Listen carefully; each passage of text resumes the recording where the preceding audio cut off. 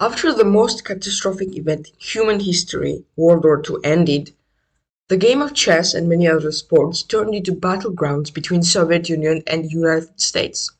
The chess, in perspective, was the only sport that was absolutely on Soviets' favor during the Cold War, because grandmasters Mikhail Tal, Mikhail Botvinnik, and many other great grandmasters that shaped the 20th century and the golden era of chess were just dominating American grandmasters. Well, in the late 50s and the early 60s, the name Bobby Fischer popped up in the chess world. Bobby wasn't a very positional player. He was just very tactical and enthusiastic chess player. So he played in 1958 candidates in Zagreb, Belgrade, in Yugoslavia, and he played many of the amazing games there. He also played against Mikhail Tal in 1959, and today we're going to review that game. There's also a very interesting clip of this match where Bobby Fischer, before playing Tal, said that Soviets could not play Sicilian c5 against him. So Tal tricked him. Let's see that clip.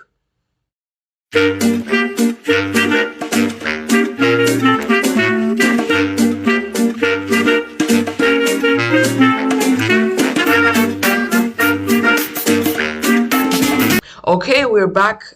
So clip was that after Bobby played e4, Mikhail Tal used his c pawn, and he made Fischer thought that he was gonna play c6, and then he pushed the pawn forward and then played c5.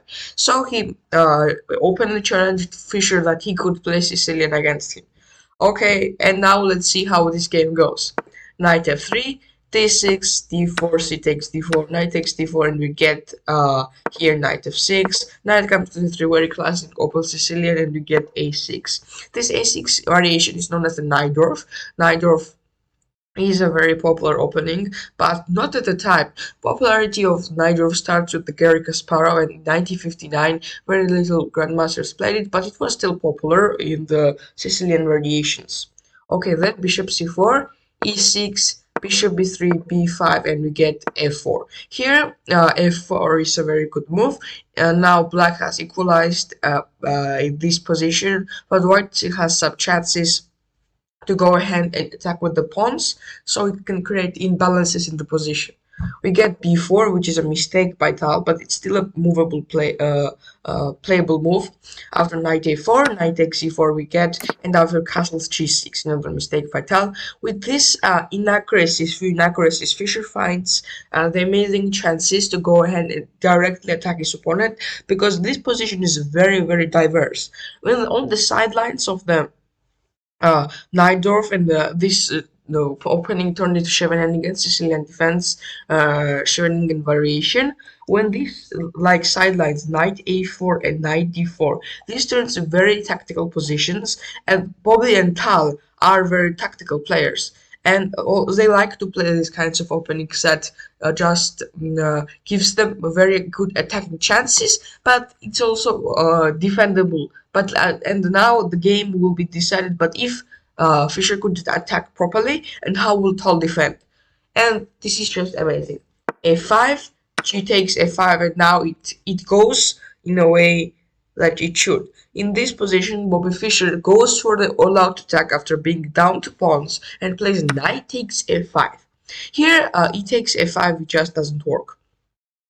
Because after e takes d5, queen d5 is the move that you should play. You attack this, you attack the pawn, you attack the checkmate, you attack the rook. So it's very hard to defend all of this. Even though you have some chances of defending, it's very hard. Okay, then rook g8 played by Tal. Tal doesn't fall for these tactical ideas because he's usually the one that's playing it. And after another brilliant move, bishop d5, sacrificing the bishop with the same idea. If you take here, you've given your opponent very good chances of destroying you, because you attack the knight and you attack the rook, and the knight is very strong here. So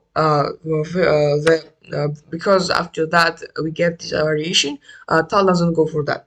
Rook a7, bishop takes e4, e takes c4, bishop takes f5, rook e7, bishop takes c8, queen takes c8 and bishop f4. Here bishop f4 is a very bad move, and after that attacking sequence we get the brilliancy of Mikhail Tal once again. In this game Mikhail Tal played 9 great moves, and let's see, and one brilliant. Queen c6, holding everything together, attacking this, protecting this with the queen.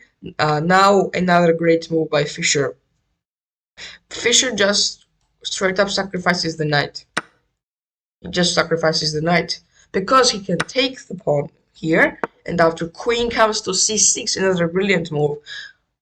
It just amazes me how these players do it. So queen to c6 is a brilliant move because only idea that white has here is to take the rook. Other than that, it's gonna be very questionable for black or white to play. But Fischer makes an inaccuracy and takes on b8.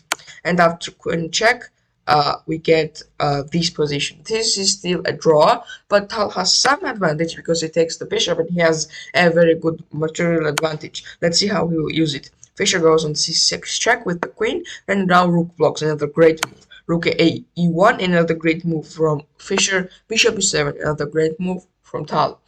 Now rook f7, very bad move. Queen takes f7, and now this gives Tal a significant advantage. As games get simplified, the person who has some kind of material advantage will always have an advantage in the end game and or the later phases of the middle game. So now queen e6 check, and king goes to f4, f8. This just doesn't mean anything because Tal has advantage. After queen d6, very good move. He wants to trade the queens. Queen b7, rook g6, c3, a5, queen c8 check, king g7, queen c4, bishop d8, and now c takes d4, c takes b4, and now a takes b4.